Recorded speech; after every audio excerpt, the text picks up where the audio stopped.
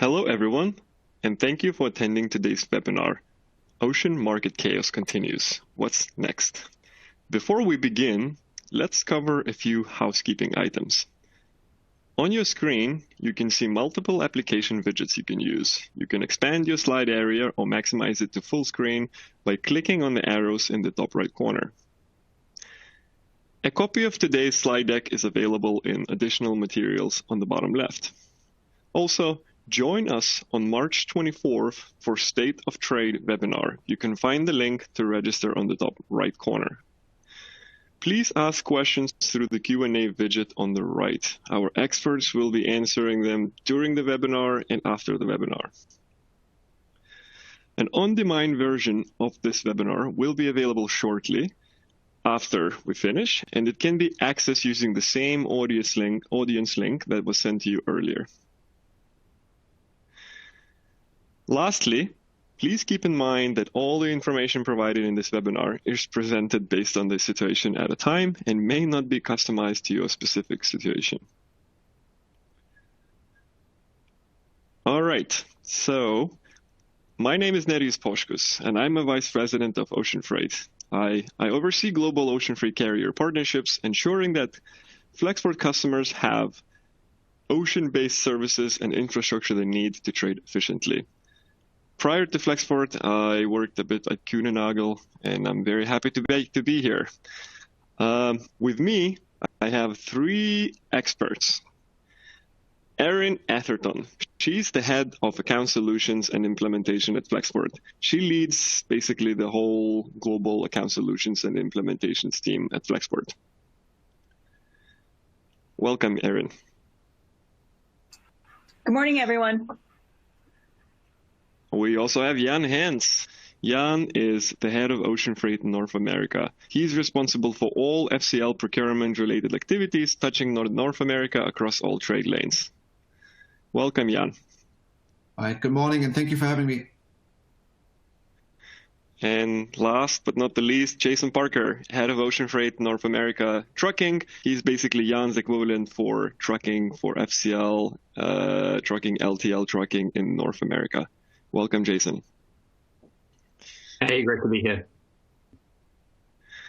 All right, few words about the agenda.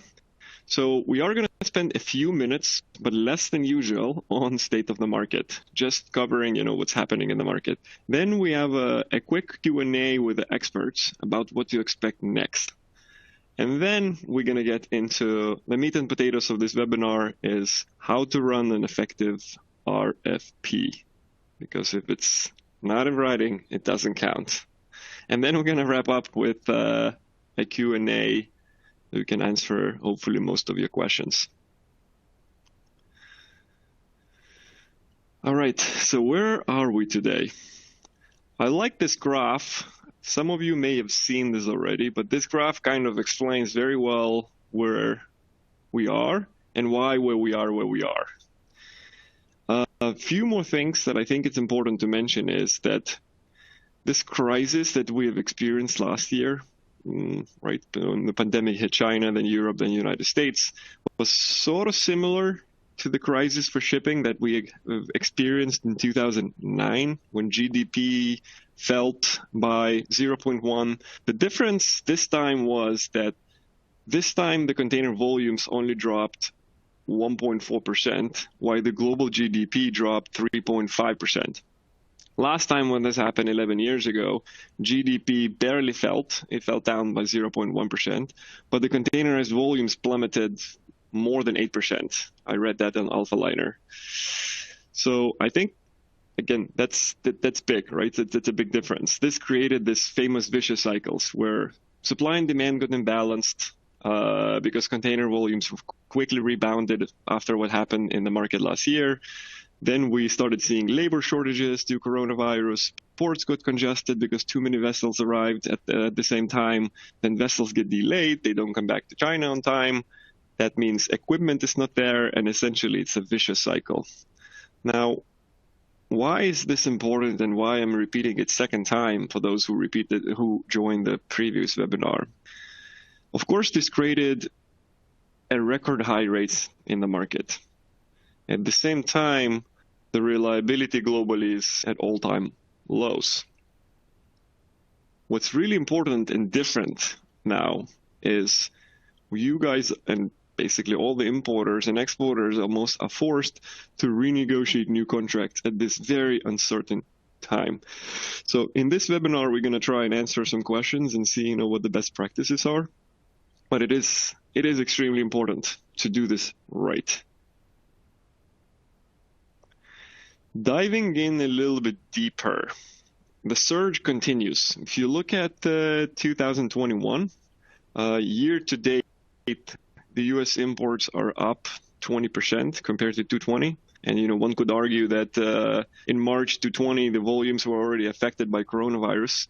But if you look back to 2019, we're still up 15%. So imports are still surging. Exports aren't. In fact, they are dropping slightly. The reason for that is carriers in many cases prioritize empty equipment over low-paying exports from the United States, such as agri in some cases. What else? Another important thing here is if you look at the imbalance between imports and exports, it's pretty big. That actually adds to equipment shortages in Asia. There is one big difference, again, today than it was a few months ago. And Jan, why don't you take it from here? Yeah, sure. Thank you. Thank you, Nereus.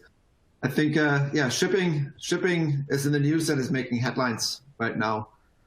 We all know when transportation news and shipping news on the New York Times front page and in the Wall Street Journal on the front page, that things are serious and the impact is felt by consumers and also in boardrooms across America. We normally only see these kind of news on the headline when we head into labor negotiations or we have port strikes or maybe a major weather event. But I think the current ocean powers has now fully reached Main Street and your favorite online store. Many retailers are still in restocking mode, and we see popular items like furniture out of stock with very long wait times. Customers are truly unhappy, and it's unprecedented time. So let's take a look at what's behind these headlines. Okay. So the extraordinary demand for ocean transportation has in the meantime triggered 9 new premium ocean services from the United States from Asia to the United States, providing expedited solutions, catering to the extraordinary demand and providing much needed capacity. That's all in addition to extra loaders we've seen in the market, providing some support for that extraordinary growth Nereus indicated earlier, up 20% over last year, up 90% over 2019. But what has that done? Rates have gone up compared to early 2020. Based on the Shanghai Freight Index, ocean freight rates are up 3x, having reached unprecedented heights, and has blown budget out of proportion. The extra volume has pushed infrastructure, landside, as well as ocean-side to the breaking point. We see this within schedule integrity. Global schedule integrity or on-time performance is below 35%. Drilling down a little bit deeper on the Asia to the US trades, we're probably now in the teens or in the 20s on time performance, with multiple ships at some point 31 ships anchoring in front of Los Angeles, with more than 10 ships in front of Savannah, 10 ships anchoring in Oakland, simply not being able to get into the port, and not being able to offload cargo. So, and that's just the ocean side. So, handing it over to Jason, who will touch a little bit on the land side of the operation. Thank you, Jan. Maybe just one more important thing to add here is the global schedule reliability at 35%. That's port to port. And if you think about the door-to-door, I think it's closer to 0, which is quite mind-boggling. Right, Jason?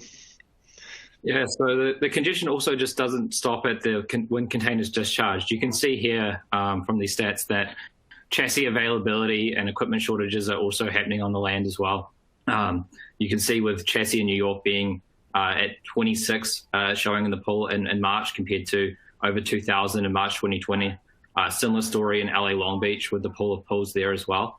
And factoring on that 80% of chassis are utilized with a further 11% currently out of service, and then more of them are reserved for premium services as well. So effectively, the LA port is also at zero. Beyond that, you kind of look at the terminal operations are being severely constrained. Trucking capacity is also, at all-time lows, and empty return availability and appointments are also very restricted by terminals. So all in all, very dire on the land as well, and no signs of improvement, at least in the near to midterm future. Thank you, Jason.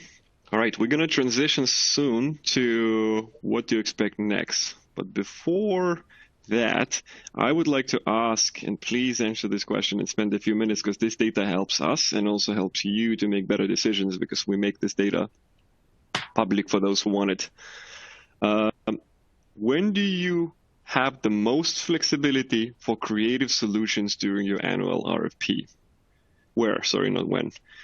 Is it the price that you can pay more for something different? Is it the routings that you could select different routings for your supply chain? Is it the transit time, the rate terms, or reliability? And multiple answers are allowed. Basically, this will give us a weighted results. So let's give it another few seconds. And thanks again for those who are participating in this poll.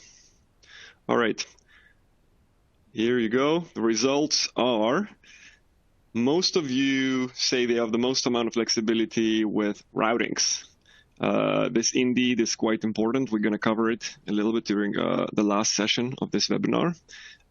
Transit time, probably some of you want fast solutions, some of you want slow solutions, and price. The rate terms is the least negotiable item. All right, thank you, everybody.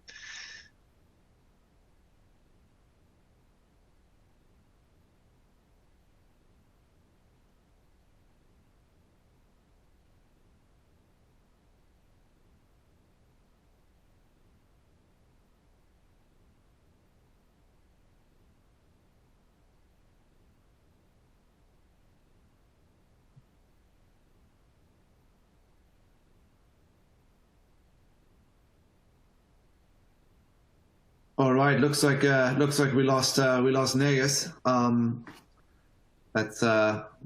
me see if I can take it. Let me see if I can take it from here. I am back. All right, you're back. All right, welcome back, Negus. Sorry, guys, there's some connection issues. All right. Jan, could you forward the slide to basically the next one, because that's one thing that somehow is disabled on my screen and I'm unable to do that. And then we can start the Q&A. The next 10, 12 minutes we're going to be spending on basically questions and answers about what's next. So hopefully, Jan, you're able to do that. And I have the first question for you. There are many reasons why where we are today. One of them is supply and demand is simply not balanced. How long do you expect this to last? Yeah, very good question, Negus. I think that's what everybody's watching closely, right? I mean, in a nutshell, we expect the current market condition to last as long as people continue to spend on goods versus services, right? The question is when does it shift over, and what's the real impact, right? I mean, in the US. We're just getting the current round of stimulus checks. They're paid out as we speak. So we'll watch very, very closely where that money goes. Are people starting to shift more towards services, restaurants, or travel? We saw U.S. travel being domestic travel trending up. We got Easter holidays, spring break. But what we see so far in the market, back to school sales, Halloween sales, and secondary shipping holidays are very strong this year, right? People seem to continue to spend on all things home improvement on the back of a very, very strong housing market. And I think the Amazon Prime Day is now in July versus October. All this will trigger extra demand for transportation services and continue to drive the current environment. Things will not improve overnight. The structural challenges in the market, like empty equipment, disrupted peak season patterns, and some of the operational constraints outlined on the earlier slides around congestion, landside congestion, will take time to improve. Next is capacity management, right? We see at this slide a little bit every time when we see the swings in available capacity. And I think this year's and 2020 has showed us every time when demand is softening, ocean carriers are very, very good in laying off ships to keep an artificial balance of supply and demand. That's one of the main takeaways we've seen from 2020 and also heading into 2021. So we expect this to continue. So when this boom market is starting to soften, we expect a realignment on supply and demand of capacity. Thank you, Jan. You touched base on empty equipment. I think many people want to know this. When do you expect empty equipment or container availability, so to speak, to improve? Data shows that container availability is starting to slightly improve. We see that here on the BCG exchange data. This is harmonized data. It's all ports. We see a slight uptick on availability around Chinese New Year, but generally speaking, we see a somewhat positive trend. Right. One way to deal with that is purchasing premium services, guaranteed equipment services, guaranteed load services in Asia, and to make sure that equipment is available, right? Is available. Nobody really wants to do that, but in a tough market, money talks. Almost like your Uber surge pricing to see equipment. So this is mainly for Asia. At the same time, we see a lot of equipment from other trades, that'll be the transatlantic trade, empty equipment being redirected to Asia, and availability in the German hinterland and other market is starting to be impacted globally. Carriers really try to get equipment as fast to Asia as possible to cater to the surging demand. In some cases, we even see empty equipment empty container repositioning being prioritized over standard export shipments due to longer dwell times. Yeah, thanks, Jan. I guess one more question for you is there anything new on the premium ocean freight horizon, and how are the carriers adjusting to the current market conditions? Because it's a lot happening. So I wonder if you have anything to share, or basically if you have anything to predict what's coming. Yeah, we think the current trend of premium services to continue. We hope for some new services. We see a trend towards smaller niche markets, since the major gateways are terribly congested, like Los Angeles, and the infrastructure is simply at its limit, right? So these smaller services going to smaller terminals, providing faster transit time, faster discharge, really are in high demand right now and proven to be successful, right? So I think there's a real demand for these true premium services,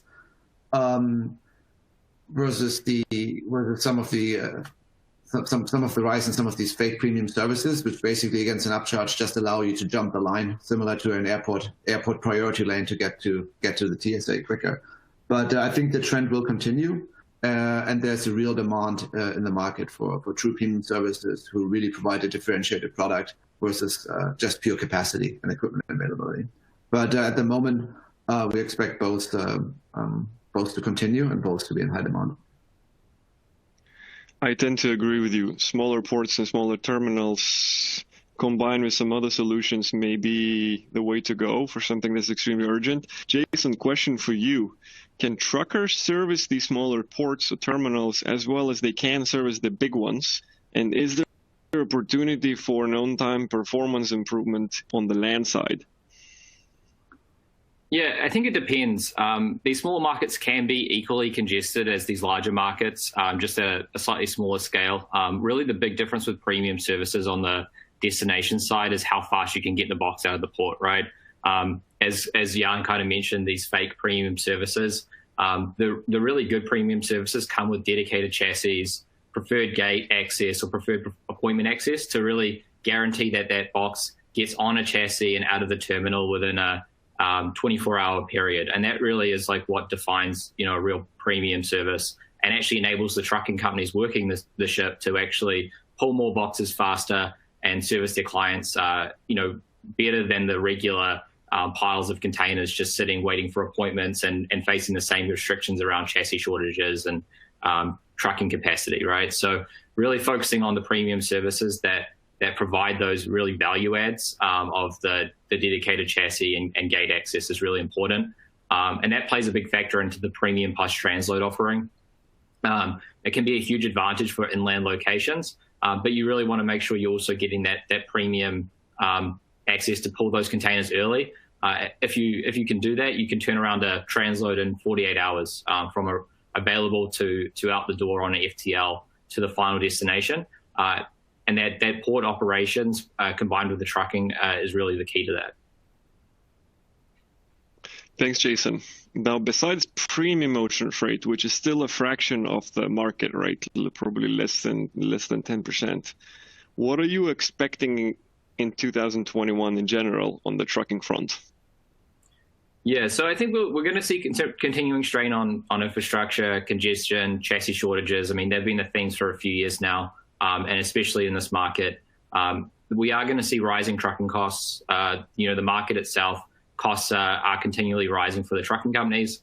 So I'd expect everyone to see an increase in trucking costs, whether that's more types of charges, yard storage, more chassis, more of that, plus just a general increase in what you're being charged for your trucking.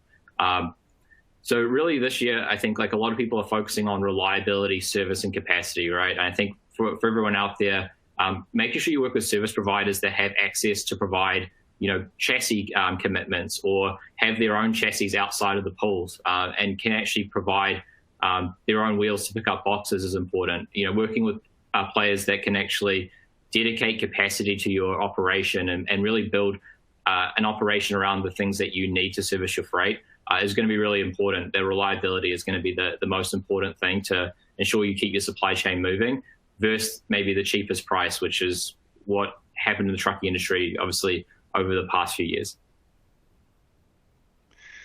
Thank you, Jason. Yeah, and same question goes to you. What else are you expecting in 2021 and beyond?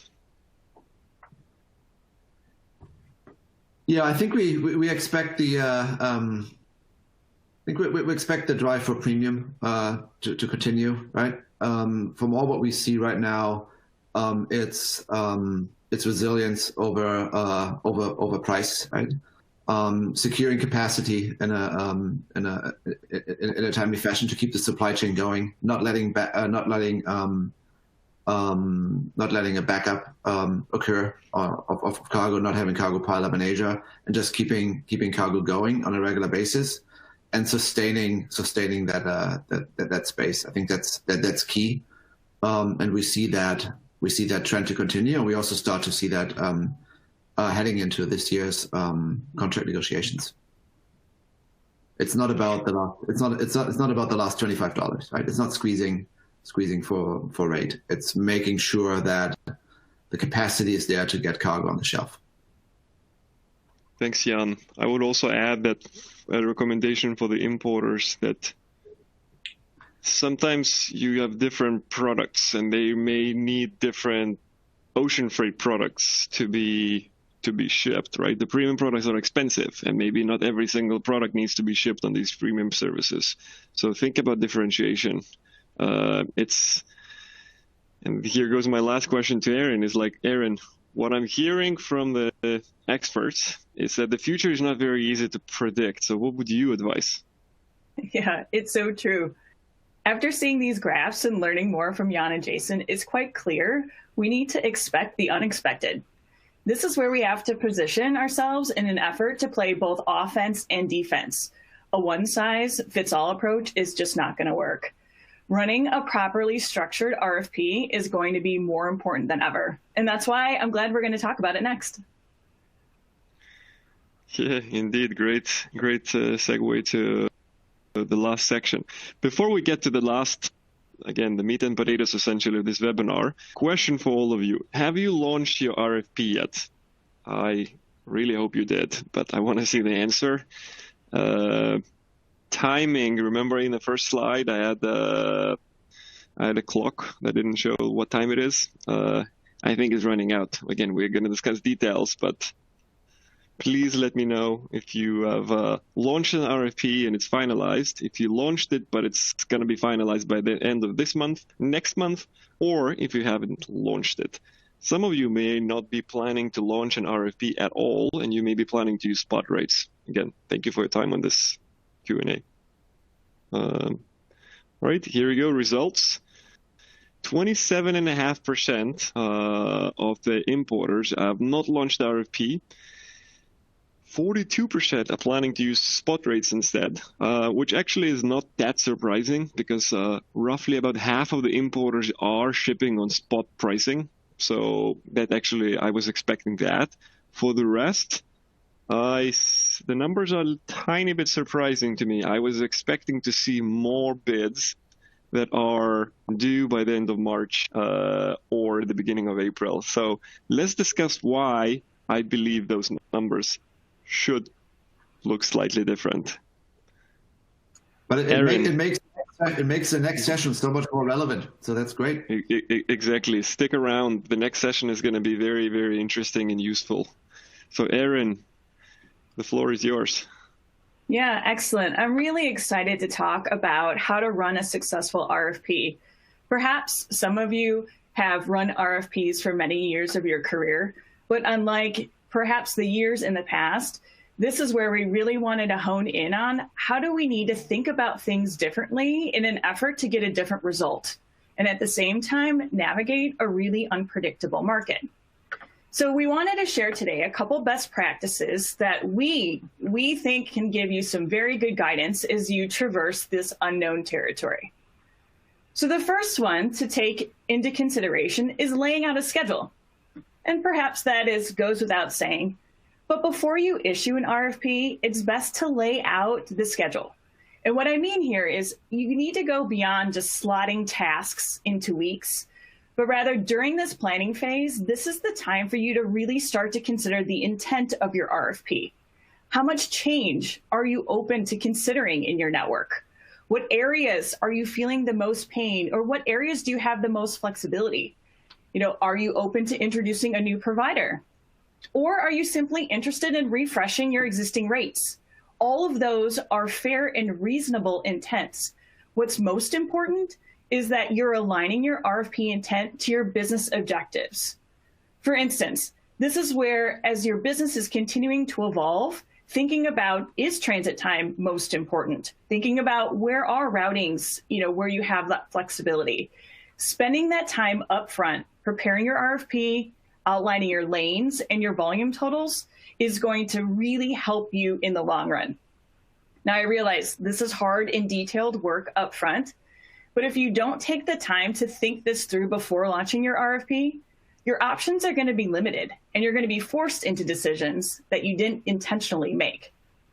So think about it this way. The amount of change you're planning to introduce into your network should correlate to the amount of time that you spend on your RFP schedule. Rate refreshes can typically run anywhere from 4 to 5 weeks. It can be, a pretty easy process. However, if you are considering introducing more change or flexibility, that could take a few weeks longer. One helpful tip is service providers typically need 1 to 2 weeks in order to provide a thoughtful and tailored response. So make sure that you're budgeting that time appropriately in your schedule. But once you have your schedule set, my next recommendation is share it, communicate it. not only to the people and service providers you've invited to participate to the RFP, but also share it broadly with your internal stakeholders so they know that this is coming and that they can prepare. Okay, so once you get a schedule into place, next up is a little bit more thought-provoking. This is where, as you have the strategic consideration that you've outlined during the planning phase, you need to start thinking more tactically about your award strategy. This is where you can consider more tactical details, right? Getting into a little bit more of the granularity of how your business operates on a daily basis. So, how many providers are you looking to select? How many do you want to manage? How are you going to evaluate those providers? What criteria will you use? You know, it's thinking through it now in this planning phase helps you prepare the amount of time and better estimate the amount of change you plan to introduce into your supply chain. It also helps you set clear expectations with the service providers to not waste any time, but to be very focused. So here, some criteria that we commonly see. Sure, what you responded to in the polls as far as flexibility is concerned are all valid. But other things to take into consideration here is how many can your providers handle multiple modes? You know, what is their flexibility to handle some of the unexpected situations that may occur in the market? What kind of platforms do they have for visibility, for reporting? What kind of electronic interfaces could you use in order to use that data to be able to study your network and make decisions as the next year unfolds?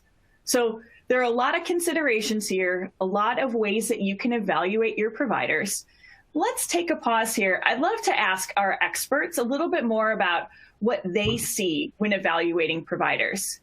Hey, Jan, when you think about, what are some important points that you know of as you think about introducing or changing providers in your network, as opposed to perhaps conducting just a standard rate refresh? Yeah, good question, Erin. And you touched on some of the points earlier, right? Around communication, transparency, and really being clear internally. What do you try to get out of this RFQ, right? Is it just a standard rate refresh to make sure that you remain with the market, more of a procurement exercise? Or is the intent to introduce another provider, to introduce another rounding, introduce a secondary provider? Both requires a little bit more a different approach, right? We really encourage to be open with, also with the incumbent, who you might change from, because you might need them later during a transition period, right? Because the transition period can be quite rocky. Also, if there's a strategy for a potential new provider or a change in the provider, make sure to communicate that throughout the process, that there is really a true intent. And always a good way to do it, and a good way to work, is work on some trial shipments beforehand, right? To really see how a potential new provider would support your business, and understand really what's behind the offer. Every change is risk, especially in the current market, but quite often it's also necessary business risk, and complacency can be very, very dangerous in this market. We all learned that in 2020. Oh, that makes a lot of sense. Thanks, Jan. I think that we're all learning a lot, right? Each year and each new market starts to really shape the way that we have to think about our business and about our supply chain, which is why our third point that we want to share with you today is around considering alternatives. And I'm really proud of all of you, the flexibility, that question we had earlier. It sounds like you're absolutely taking this to heart. Because as you've done the strategic planning work, right, of your supply chain, and you have your RFP schedule, and you know how you're going to evaluate your providers, the next step is really starting to factor how open you are to considering ideas outside of your original RFP. So each provider has strengths, right? They each have different routings that you, as you're balancing your supply chain, will be able to leverage their unique capabilities to meet your supply chain needs. So as you're thinking about different routings, another way to think about, especially this year, is a different mix of fixed and floating rates. Sounds like many of you are already thinking about that. Evaluating the trade-offs between transit and congestion, Or another way to think about this is like, what consolidation or deconsolidation opportunities are out there at your disposal? These options will help you create a balanced approach to help you meet your business objectives, while at the same time navigating this unpredictable freight landscape. Now, let me tell you, as an implementation professional, it is not my advice for you to introduce wholesale change into your network. Rather, think about considering keeping your heavy volume, your consistent lanes that are more stable, keep those in a much more regimented type of process. But for your smaller volume or inconsistent lanes, this is where you can really use creative approaches to balance cost, service, and space considerations. So again, this is another opportunity to ask our experts, hey, Jan, when I think about the ocean market, 2020 was kind of a mess. We saw things like port congestion, weather disruptions, and the need to expedite. How would you recommend that be reflected in these annual RFQs? Yeah, I think it's good to have your backup plans reflected in the RFQ, right? It's great to have something in your drawer, but it also needs to make its way into the business plan, right? And then looking at it from, how is my backup plan reflected in the RFQ? What's my pricing? What's my space commitment? How do I fill that backup plan with life, right? If it just lives on paper, it's no good, right? We all learned that when space tightens up, you need to have it ready to go, or ideally already have a smaller share of your volume moving on these on the backup plan to have it ready at short notice. Right, congestion is popping up quickly. Right, once Los Angeles is congested, it's very hard to do a complete rework, repricing of an alternative gateway via the East Coast or via Canada. So we really recommend to have that in your RFQ, but also have a plan how to support it and keep these lanes alive throughout the year. Potentially routing a smaller share of your volume consistently on the backup lanes if possible. Yeah, I totally agree with that, Jan. I think that's where we see the need, especially going back to our first point of timing. If you're going to be introducing these changes and thinking about the backup strategies as Jan outlined, make sure you give yourself a little bit of time to work that through.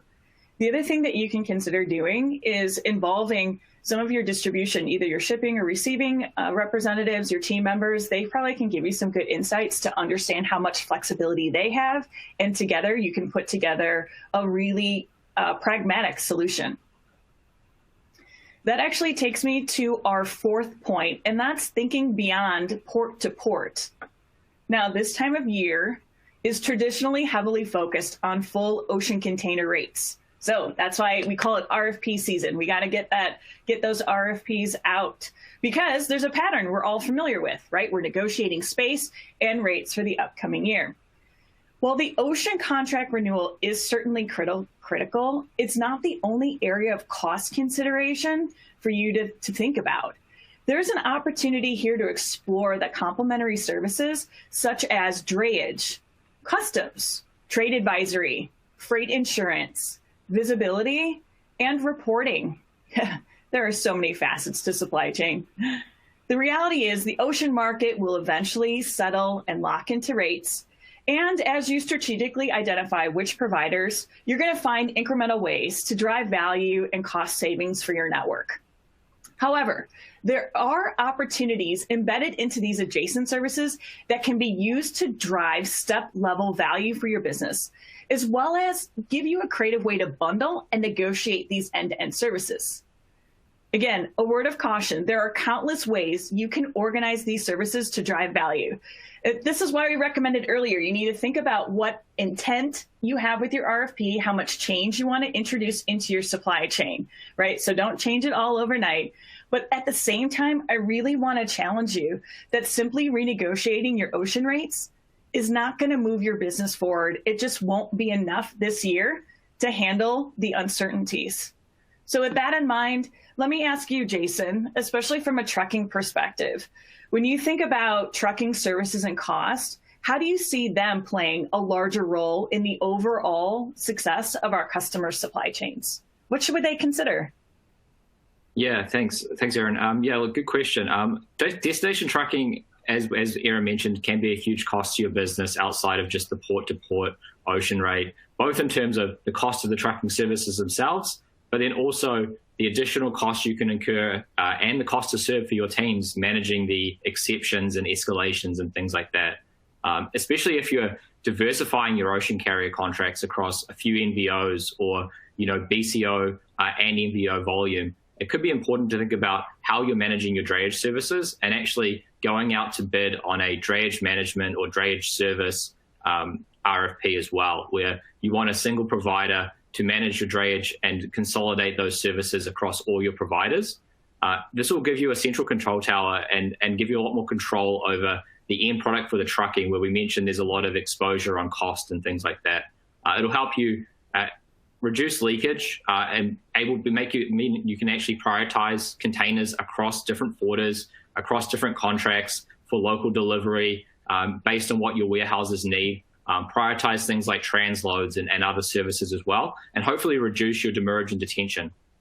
And it also allow, if you have a single point of contact for your trucking services, to actually negotiate more strategic deals for you.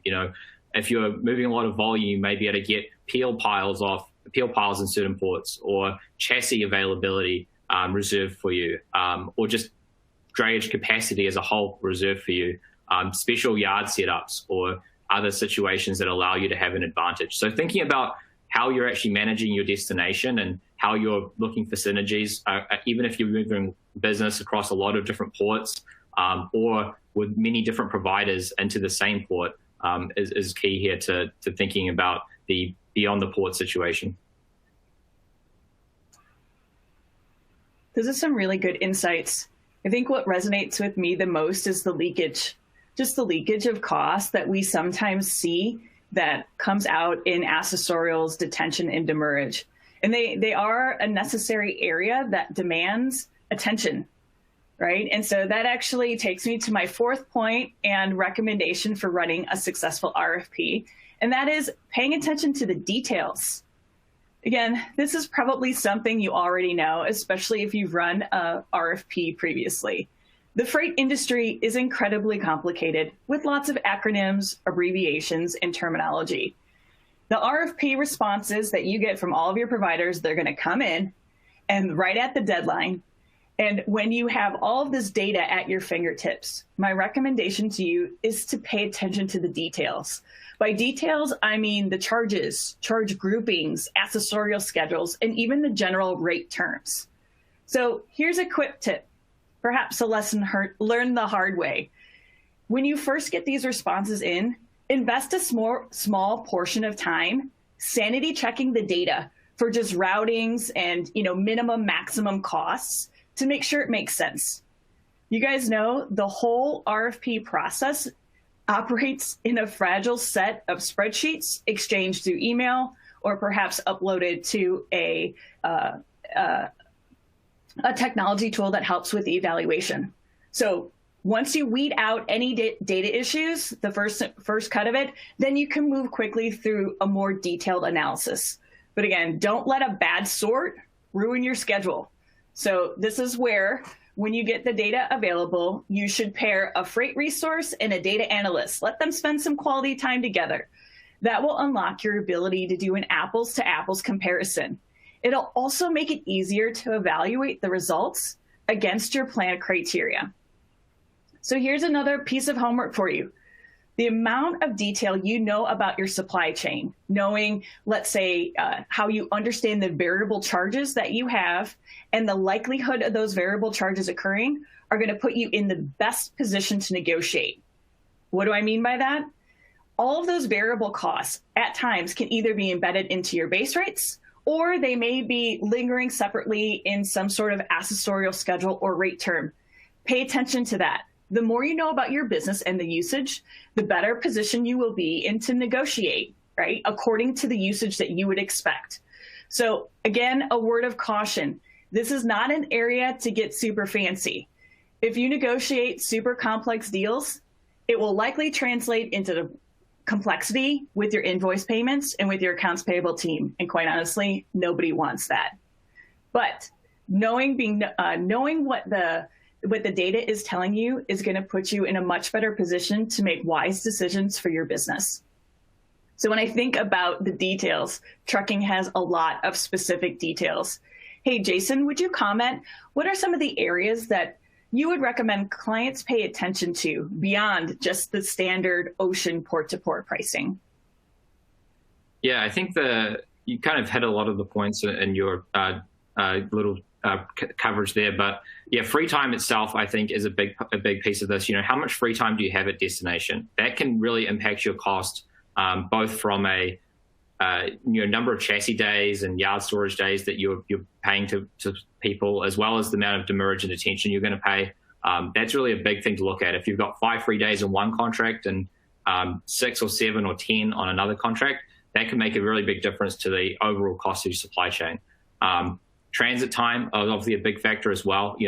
Obviously cost of goods sitting undelivered is also a big factor there. Sitting out on rail or sitting at a port waiting to be delivered. And then obviously the accessorials are often overlooked. And there's a lot of other additional fees outside of accessorials that get charged, like handling fees and various things to watch out for as well. So you can actually make those comparisons. And then it's looking at how does your provider intend to service your freight and actually provide you the service you expect, right? One thing's to put a really cheap rate down on the page, but then what are the other things that they're going to do to service your freight that is actually going to either cost you more or cost you less based on how they've set it up to be serviced? That could include, different routings. Steamship line pairings and inland terminals can yield very different costs. Chassis splits, terminals and ramps can be over 50 miles apart at inland locations, which could cost you very different amounts for trucking. And then also there could be different chassis setups or different demurrage and detention setups depending on how you route as well. So those are all the things that you just have to make sure that you understand what each provider is offering you so that you can actually make those comparisons. Because those things are often what we see add up to a lot of the additional costs that customers incur that weren't initially budgeted for in their RFP, even though those were actually all attached in fine print that they maybe didn't consider. The devil is in the details and the fine print. So don't forget, read those rate term sheets. There's valuable data points that are embedded into those as you're doing your provider evaluation. All right. And last, but certainly not least, the final point I wanted to share with you today is don't stop at award. So after you've done all this hard work of planning and evaluating and decided, you've reached the final decision. And actually the award part is so much fun, right? It's a great time to share the exciting news with your selected providers, as well as providing honest feedback to the providers who were not selected. That's all valid. You may be tempted to put your feet on the desk and to celebrate all of the hard work, but not so fast. The time between award and first booking is so precious for you. That time is so precious to get organized. So what's on the implementation checklist? We could probably do a whole webinar on that topic alone, but here are some of my hidden tips and treasures that I want to give and share with you today. Now, first, once as you have all these final rates negotiated and you have those rates available, share them with your accounts payable team. Get them loaded either to your freight payment company or whoever is responsible for your invoice payments. Let them know that a new contract is coming when those dates will be effective. Don't wait just because you think you have long transit times. Typically speaking, that data is necessary to help with freight cost estimates.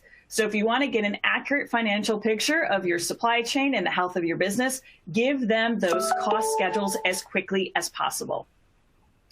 Number two, another point, if you're introducing new providers, let your shipping and receiving teams know. So if there is a new drayage provider you're going to onboard, or if there are new containers, new steamship lines or new MBOs that would be coming into your network, it's really important that you let your DC or plant whatever receiving shipping teams know. That helps them prepare for what changes that they are used to, what they expect. And it gives them an opportunity to sharpen their pencils on what their processes are, because you just sometimes get lulled in doing the same things over and over again. And then another tip, my third one for today, is invest that time connecting with your providers at all working levels. So this is an opportunity to highlight your new expectations, what's changing in your network, what you're expecting of them, and also review your standard operating procedures. The same goes for incumbent providers. Don't just do this with new providers. Take this as an opportunity to do it with your incumbent providers at the same time. This helps you keep your relationship strong and your expectations fresh. So before you know it, bookings are going to start rolling in underneath these new contracts. But this is also where you have to pay close attention. When you get your first quotes, do an audit. Are they in line with what you expected? Also look at your order patterns. Are the orders materializing in the frequency of which you've expected? What changed between when you launched the RFP and your current operational realities? We all know that it's unrealistic to think that when you launch the RFP, that it's going to remain the exact same 6 to 8 weeks later. Things are just moving too fast. So in that case, prepare. Know that it's going to change and put in some operating rhythms to help you evaluate it. That being the case, my recommendation is set up regular syncs, even 30 minutes a week in those first few weeks. It'll help you manage the new details that surfaced that you just didn't even know, and it'll allow you and your providers to adjust accordingly. So those are some good tips. I think as I evaluate and look back on this alone, if you haven't issued or got your RFP out there, there's no time to wait. So think and really start to consider your timing. What are your strategic objectives? How are you evaluating your providers? How are you introducing change into your supply chain? How are you thinking about that award and seeing it all the way through the implementation? These next, 6 to 8 weeks are going to be critical to set you up for success in the weeks to come. All right. With that, should we take some time and just open it up to some of the questions and answers that we have gathered through this really interactive experience? Yes, Erin. Thank you all for a great session. Before Q&A, I'm going to sneak in one more question for all of you. Important. Again, this will help us negotiating with carriers, so take time to answer this question. What confidence do you have in your annual MQC targets this contract season? What that is minimum quantity commitments. So when you're telling your freight forwarder, like next year I'm going to have 100 TEUs, or 100 containers, how confident are you that you actually are going to have 100? And basically we have 5 answers. So let's give it another minute and get into Q&A. We only have 6 minutes, so I do want to get into Q&A and answer some of the questions. All right, here you go. 43% of the importers are saying that their MQCs or projections for this year are optimistic. I believe people are doing it because last year they were pessimistic and you ended up not getting the space and allocation. So this year I was actually expecting this answer. So I appreciate everybody's time on this. All right, Q&A. I have answered, and our other experts answered quite a lot of questions already, but we still have quite a few. Erin, first one goes to you.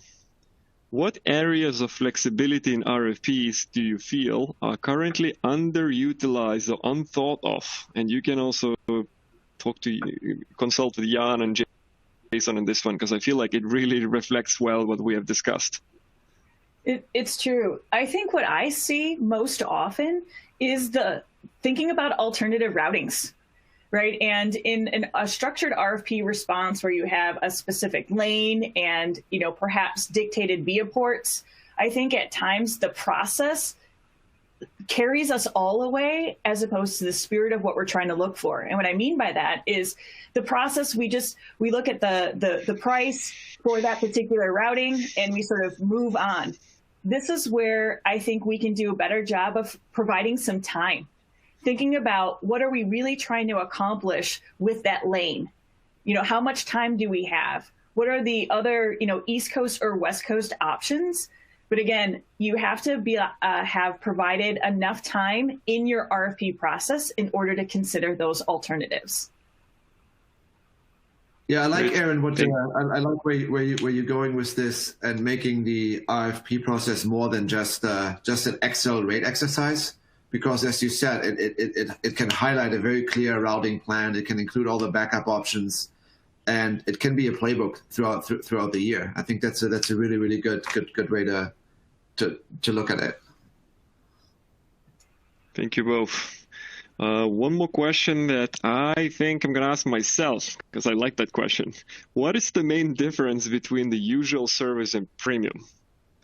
So, like Jan mentioned, some of these so-called premium services are, so to speak, fake. They don't give you anything but equipment availability when there is no equipment. So I don't necessarily call them premium.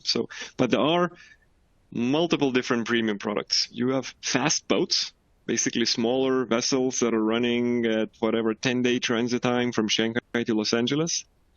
Then some of them have priority discharge, meaning that your containers get discharged directly from a ship onto the chassis within 24 hours, in many cases even less.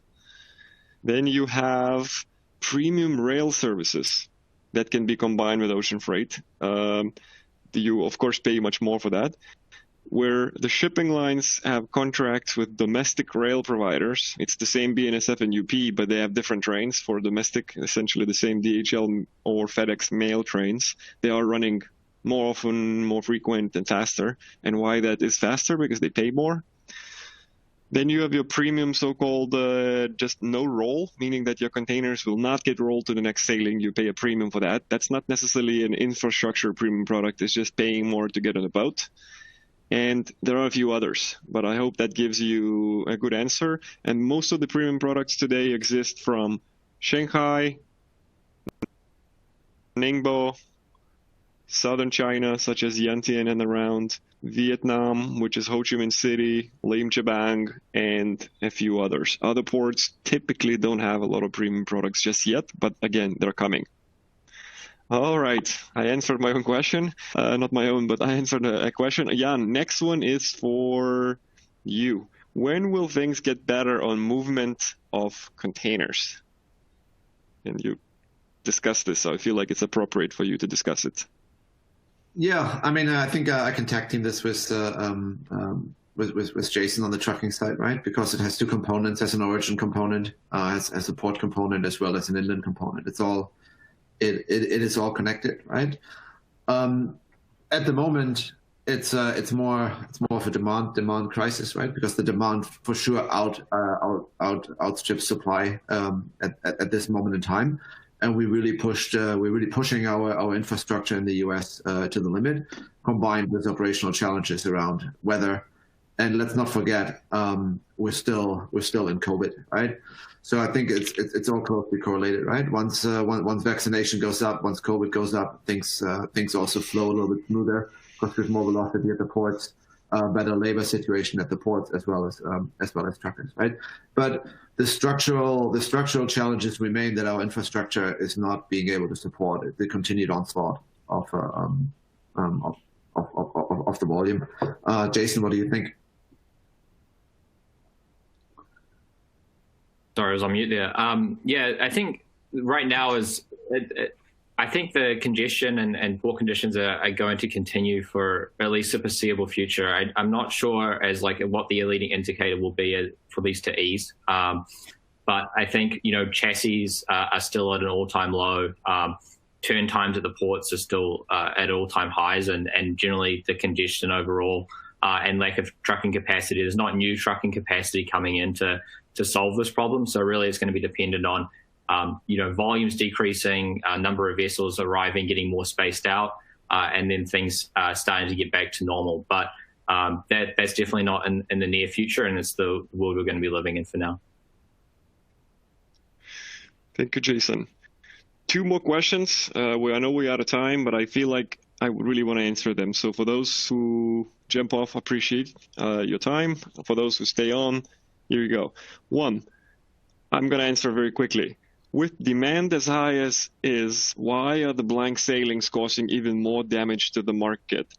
Simple answer, the vessels are stuck in Los Angeles, UK, Savannah, you name it. They aren't making back to Asia or any other origin on time. So those blank sailings aren't necessarily to reduce capacity. They're not by choice. The vessels are not available. So it's this cycle I explained at the beginning of the webinar. And the last question is for Erin. For the shippers that have not launched their RFPs yet but plan to, what timeline can you expect to be able to complete it in? And what other challenges are you seeing around launching it now? Yeah, I think that, again, it depends. The timing of the RFP will vary based upon how much change you're introducing into your network. So if you're simply doing a rate refresh, I think you can get it in within the next 4 to 6 week time period. And at that point, I would encourage you to get on it fast. What you may have to forego are multiple rounds, right? If sometimes there's round one that's done just to understand the market rate and perhaps where there are strengths or advantages to different providers. I'd recommend that for now with sort of the timing of this is you bring it a little bit tighter into that 4 to 6 week time frame. One other question that I got that I think is really relevant to this same question is, you're starting to hear a lot of pressure, even we've alluded to it. Typically this is the freight or our ocean freight renewal process. And while some of you may have been shipping on the floating market for some time saying, hey, well, why should I get into this and renew my rates right now? What difference is it going to make? And what I would tell you is that, again, we're dealing with a period of uncertainty. The markets are going to continue to fluctuate. So if you have regular, consistent business that you could quantify in your lanes, now is a really important time to renew those fixed rates so you can get the allocation that you have originally planned for. It'll give you a very good balance to use your fixed and floating rates as the market continues to unfold. So lots of information in there. Get those RFPs out. Thank you, Erin. We have more than 40 questions I see that we haven't been able to answer. Some of them we may answer directly to you by email. It's a lot, so we probably won't get to all of them, but I see a lot of great questions, so really appreciate your interest. And that tells me that one day maybe we just need a Q&A with the experts for a couple of hours and we can answer all of your questions since you have so many. So again, thank you, everybody.